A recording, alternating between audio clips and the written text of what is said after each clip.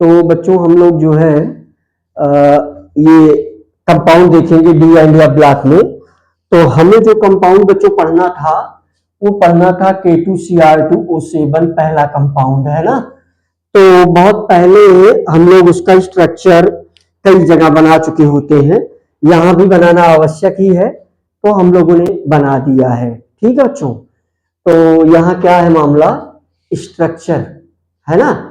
Structure क्या है, तो स्ट्रक्चर है यहाँ पर बच्चों ये इस प्रकार से K2Cr2O7 है ना, कुछ इस प्रकार से ये स्ट्रक्चर है। यहाँ ये बॉन्ड लेंथ है डबल बॉन्ड की, तो इसमें अगर अकेला एक ये टेट्राहेड्रल है, हम सभी को पता है कि टेट्राहेड्रल का जो बॉन्ड एंगल है, टेट्राहेड्रल के केस का जो बॉन्ड एंगल है ना, बॉन्ड एंगल ये लगभग ये भाई एग्जैक्ट टेट्राहेड्रल होगा तो 108 ही होगा है ना। तो ये देखो 110 है तो 109 है ना।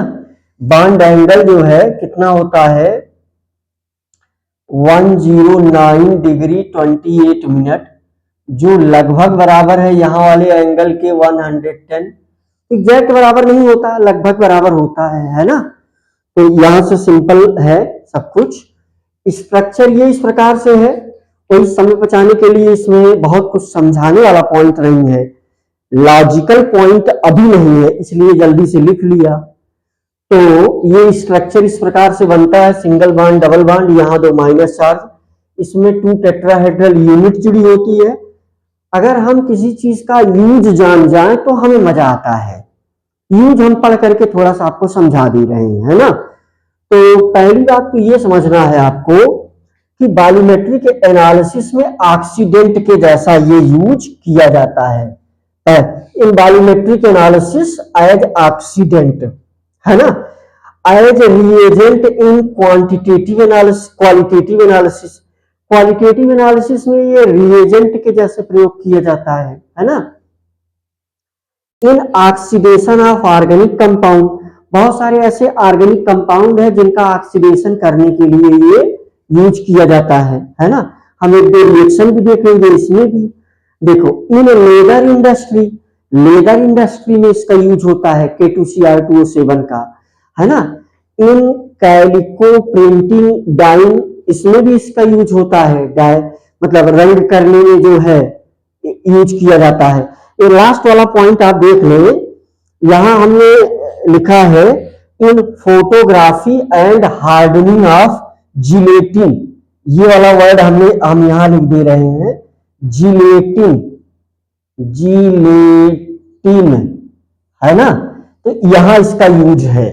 तो मुझे लग रहा है कि 2 से 3 मिनट में, 4 मिनट में ये चीजें आपने देख लिया है ना। हाँ मुश्किल से 3 मिनट हुआ है, तो 3 मिनट में ये इतनी बातें आपने समझ लिया। अब आप इसको पॉज करके लिख सकते हैं है ना। फिजिकल प्रॉपर्टीज में आप देख ले, फिजिकल प्रॉपर्टीज इसकी क्या क्या है। तो K2Cr2O7 form orange red triclinic crystal, ये ट्राइक्लिनिक, मोनोक्लिनिक है ना, क्यूबिक, ये सब फॉर्म है क्रिस्टल का। क्रिस्टल का अराउंडिक है ना, मोनोक्लिनिक है, ट्राइक्लिनिक है, ऑर्थोगोनल है ना। ये सब फॉर्म है, उसी में इसका स्ट्रक्चर कैसा होता है, ट्राइक्लिनिक के जैसा स्ट्रक्चर होता है। आप चाहें तो नेट पर जाकर के ट्राइक्लिनिक स्ट्रक्चर देख सकते हैं, यहाँ बनाना उतना ज्यादा आवश्यक नहीं था इसलिए हमने बनाया नहीं है ना। ट्राइक्लिनिक स्ट्रक्चर आप डालेंगे तो फटाका दे देता है ना, सिंपल। अच्छा इसका मेल्टिंग पॉइंट जो है वो 671 केल्विन है। सब याद रहे ये संभव नहीं है, एक बार इंफॉर्मेशन के लिए हम लिखते हैं है ना। तो K2Cr2O7 is moderately soluble in cold water, यानी थोड़ा बहुत सॉल्युबल है ना। मॉडरेटली सॉल्युबल का मतलब मीडियम रूप में सॉल्युबल है। अच्छा but Fairlie soluble in hot water, लेकिन गर्म पानी में ये बहुत अधिक सॉल्युबल है। लेकिन अगर यहां से इसमें अगर आपने पढ़ा हुआ है या कहीं पढ़ा हुआ है तो इसको प्यूरिफाई किया जा सकता है रिक्रिस्टलाइजेशन प्रोसेस से। रिक्रिस्टलाइजेशन प्रोसेस से इसको प्यूरिफाई किया जा सकता है ना। It is insoluble in alcohol. इसका मतलब कि ऑर्गेनिक सॉल्वेंट में एल्कोहल क्या है, ऑर्गेनिक सॉल्वेंट है। ऑर्गेनिक सॉल्वेंट में या तो ये थोड़ा सा सॉल्युबल है और या तो ये नहीं सॉल्युबल है, यानी नहीं घुलता। और एल्कोहल में डालेंगे घुलेगा नहीं, जैसा है वैसा ही पड़ा रहेगा। आगे देखते हैं, K2Cr2O7 is not hygroscopic. Hygroscopic का मतलब होता है, हाइग्रोस्कोपिक का क्या मतलब है, इसमें जैसे कोई चीज आप बाहर रख दें, जैसे आप देखते हैं कि आप नमक को खुला छोड़ देते हैं तो नमक के ऊपर कुछ पानी आ जाता है, पानी की बूंदें। अभी आप घर में नमक कागज पर रख करके बाहर खुला छोड़ दे तो थोड़े समय के बाद क्या हो जाएगा, उस पर पानी आ जाता है ना। थोड़े समय के बाद नमक के ऊपर क्या आ जाता है, पानी आ जाता है।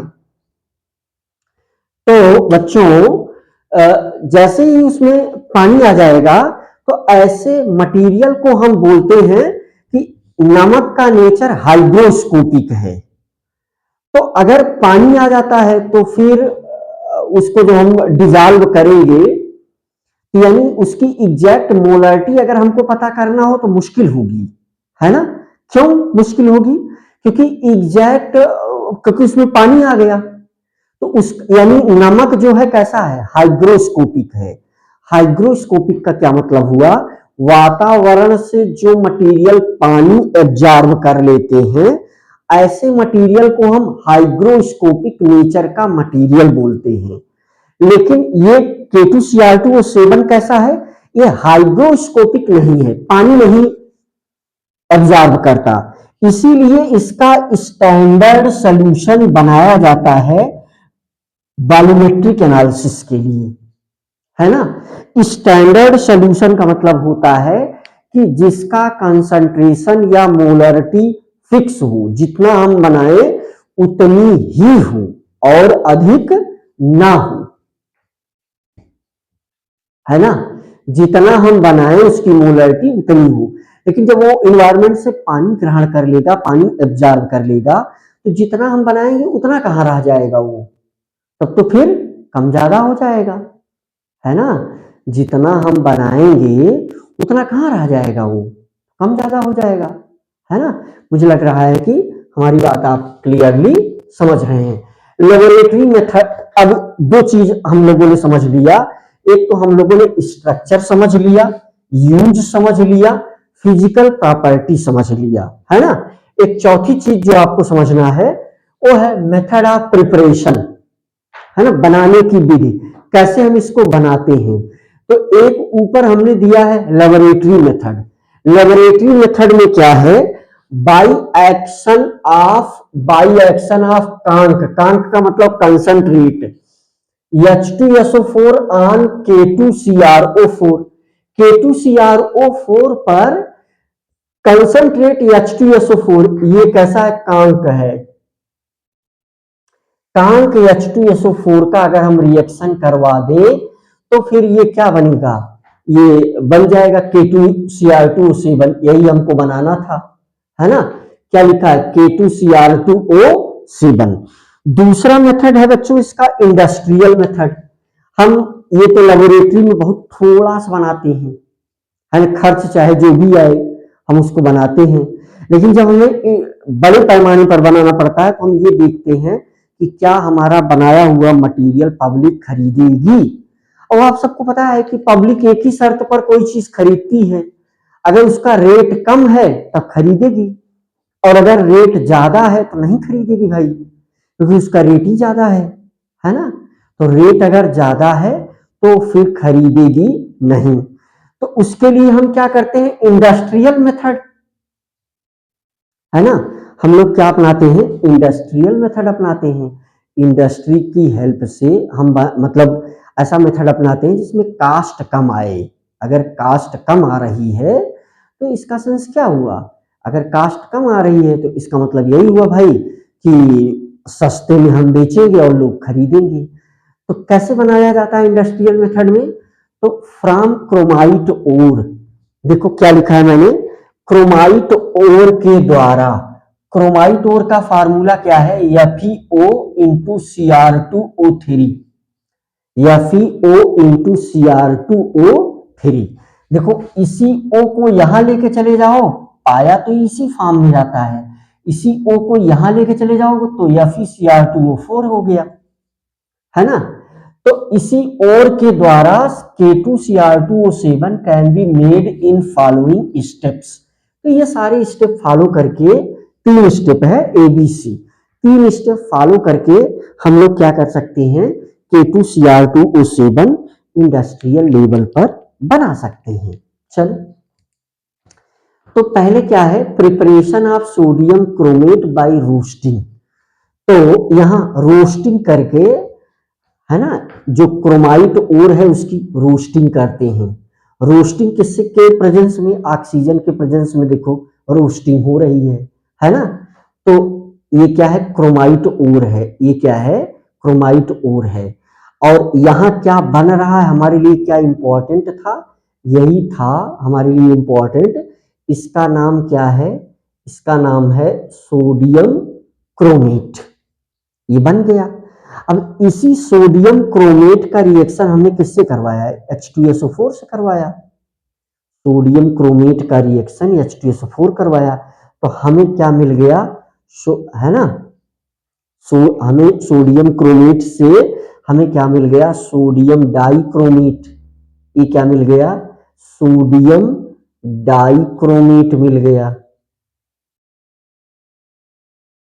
और इस सोडियम डाइक्रोमेट का रिएक्शन हमने KCl से करवा दिया, पोटेशियम क्लोराइड KCl। तो हमें क्या मिल गया, K2Cr2O7 पोटेशियम डाइक्रोमेट, जो हमको बनाना था, यही प्रोडक्ट तो हमको बनाना था, यही प्रोडक्ट तो हमको बनाना था। तो ये रिएक्शन आप लिखें, इसको आप याद करें। पोटेशियम डाइक्रोमेट के में जो ये सब पॉइंट तो भाई पूछा तो कोई भी पॉइंट जा सकता है ना। जो केमिकल प्रॉपर्टी है उसको हम नेक्स्ट वीडियो में देखेंगे, राइट।